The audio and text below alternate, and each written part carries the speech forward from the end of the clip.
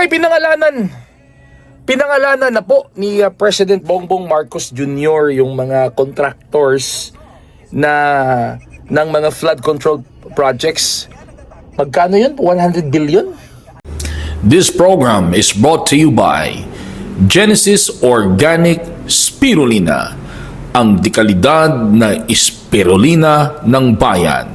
Available online at sa mga Mercury drugstores and pharmacies nationwide. Ilang personalidad ang nauugnay sa mga contractor na pinangalanan ni Pangulong Bongbong Marcos na nakakuha ng 100 bilyong pisong halaga ng flood control projects. Saksi, si Maki Pulido. 15 kontraktor ang binanggit ni Pangulong Bongbong Marcos na nakakuha ng 100 bilyong pisong halaga ng flood control projects o 20% ng kabuuang pondo para rito. Sa 15 yan, base sa datos mula sa Malacanang, pinakamalaking halaga ng mga proyekto ang nakuha ng SunWest Incorporated. Para yan sa 78 flood control projects na nagkakahalaga ng mahigit 10 bilyong piso. Base sa pagsasaliksik ng GMA Integrated News Research, dati nang naugnay sa ilang kontrobersya ang SunWest Incorporated. 2012, nagsitahin ng COA ang isa sa kanilang mga proyekto. Lumabas kasi na bitin ng higit 2,000 square meters ang lapad ng kalsadang kanilang ginawa, kontra sa nireport nitong accomplishment sa DPWH. Napuna rin sila noon ng Senado. Bakit daw isang construction company ang supplier ng PSDBM para sa Protective Personnel Equipment o PPE noong 2020 at 2021 sa kasagsagan ng pandemya? SunWest Construction and Development Corporation o SCDC pa ang pangalan nila noong mga panahong yon.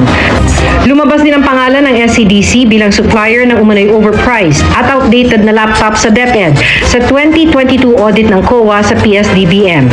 Dati incorporator ng SunWest pero nag-divest na umano si Ako Bicol Party List Representative Elizalde Co. Sinusubukan pa namin kunin ang kanyang pahayag. Mahigit 9 bilyong piso naman ang nakuha ng Legacy Construction Corporation para sa 132 projects. Pinakamarami ito sa listahan.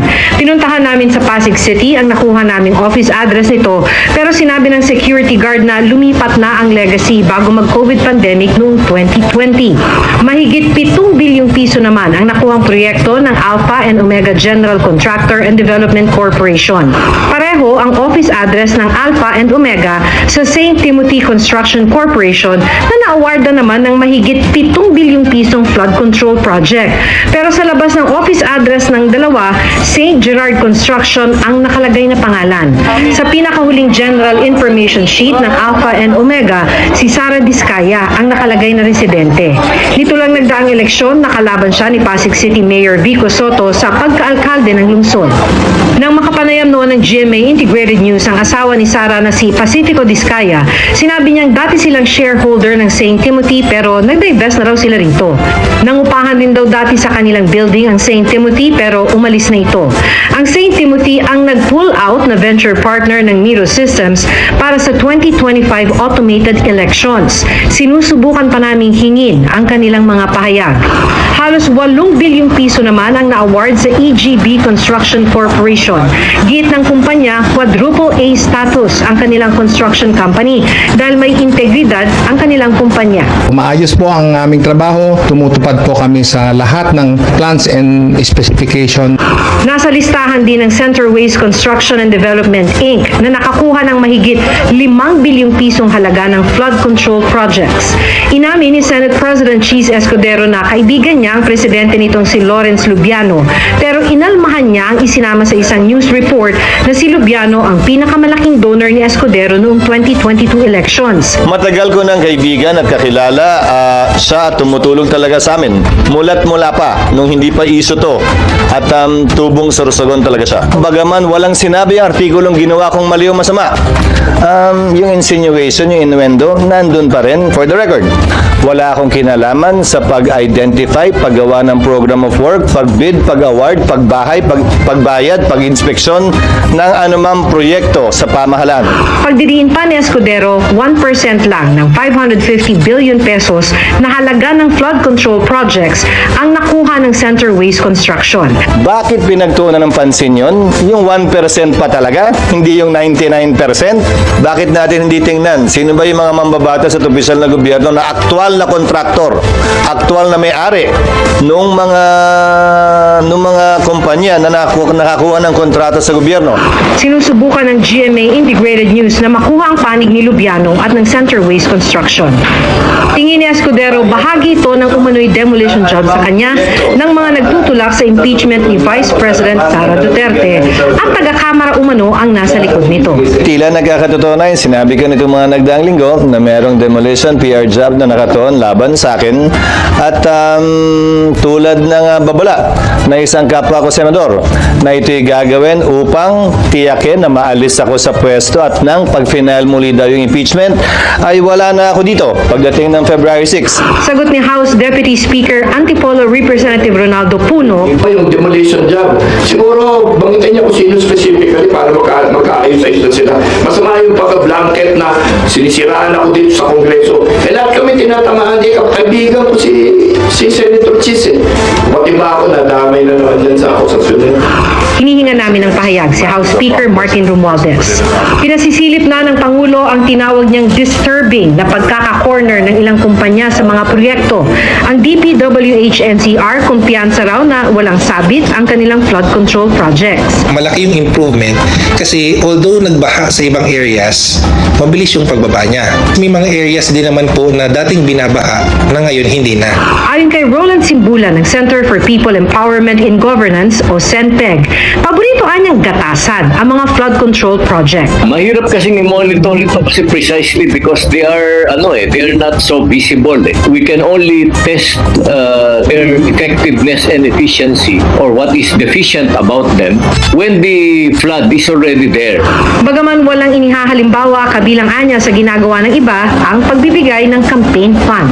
They invest in politicians, tapos yung politicians are expected to provide them with the contracts that they want to corner. Si DPWH Secretary Manny Bonoan aminadong may hamon sa pagberipika ng mga ipinatutupad na proyekto. Well, we're doing our best actually to monitor, but once again, the challenge is actually to verify them actually in the field. Para sa GMA Integrated News, ako si Maki Pulido, ang inyong Okay, pinangalanan na po ni President Bongbong Marcos Jr. yung mga contractors ng mga flood control projects. Magkano yun? 100 billion? Tapos maraming mga na-release na ng budget pero wala yung project. Yung budget tapos na. Yung project wala pa. Okay, that is a very bold and that is a very good move from our president. Pero ito yung aabangan ng taong bayan, Mr. President. What's next? What's next? That is a very bold move on your part, Mr. President. Kasi sa ginawa nyo po, meron talagang masasagasaan. Meron. Andun, may mga lumabas pa na yung mga kontraktor ay benefactor ng ilang mga politiko. Hindi yun, masasagasaan na yun. Meron pa doon na ang mga politiko mismo may sariling construction company na sila mismo nakatanggap ng project. That is violation, di ba? Conflict of interest. Tapos yung pang mga nandyan na yung pera pero wala yung project, pero sa papel tapos na pero sa actual wala. Ang mangyayari niyan, masasagasaan. Meron ka talagang masasagasaan, Mr. President. Kaya nga, a big round of applause for you. Palakpakan natin mga kaistorya. Palakpakan natin.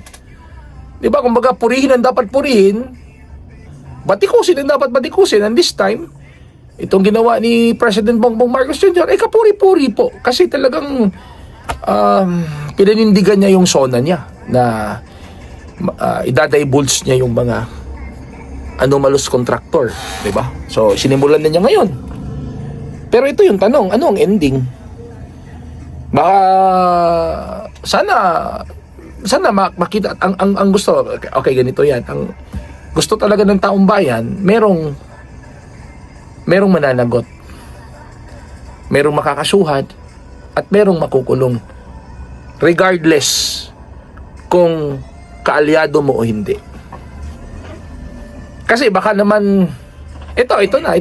Baka ang mananagot ay puro lang sa kontrapartido. Yan ang inaabangan ng taong bayan. Kasi sinimulan nyo na po eh. Diba? Sinimulan nyo. That's a very bold move talaga. Sinimulan. From your part. Kung talagang tutuhanin mo yan, Mr. President, mawawalan ka ng political alliance. Pero magiging iyo ang taong bayan. Babalik ang tiwala ng taong bayan sa'yo. This is the first time eh. Parang trademark yan eh, di ba? Kung si former President Duterte naglabas ng mga pangalan ng mga drug lords, di ba? Yan ang isa sa mga trademarks ni Tatay Digong eh. Naglabas siya ng mga pangalan ng mga drug lords, ng mga drug protectors, pero ikaw naglabas ka ng mga pangalan ng mga contractors. At kapag ka ituloy-tuloy mo yan at meron talagang resulta, kasi wala pa namang resulta yan, initial na action lang naman yan eh, wala pa namang resulta. Pero pag makita ng taong bayan na meron talagang mananagot dyan, malilimutan nila yung 20 peso na kilong bigas. Malilimutan nila yan. Yan po ang maaalala nila sa iyo. Kaya maganda eh, very ano ba yung tawag nun? Uploadable. Di ba, isipin mo yan, pinalabas talagang naka-PowerPoint presentation pa yung mga contractors. Di ba, nalaman tuloy ng mga Pilipino na meron palang mga senador na ang nagbibigay ng pondo sa kanila, contractor. Meron palang congressman na sila mismo may-ari ng construction company. Meron palang mga projects na sa papel tapos na pero sa actual wala pa. Ikaw nag-present nun, Mr. President, and that is very applauding, applaudable, It's a very good move po. Thumbs up po sa inyo, Mr. President. Pero ito na, tapos na kayo sa first phase. Ang next phase naman ngayon na hinihintay ng taong bayan, meron bang mananagot? Meron bang makakasuhan? At meron bang makukulong? Kapag ka nagawa mo yung mga phases na yun, babalik po ang kumpiyansa ng taong bayan. Babalik yung PBBM in 2022. Naalala niyo po yun? 2022. Babalik yan. Yan ang tingin ko So ano masasabi niyo mga istorya? Please don't forget to subscribe on my YouTube channel, Mag-Istorya Info Vlogs, and my FB account, Arison Tolibas Arsua, and my FB pages, Mag-Istorya Info Vlogs, and Arison Tolibas Arsua TikTok account. Till next time!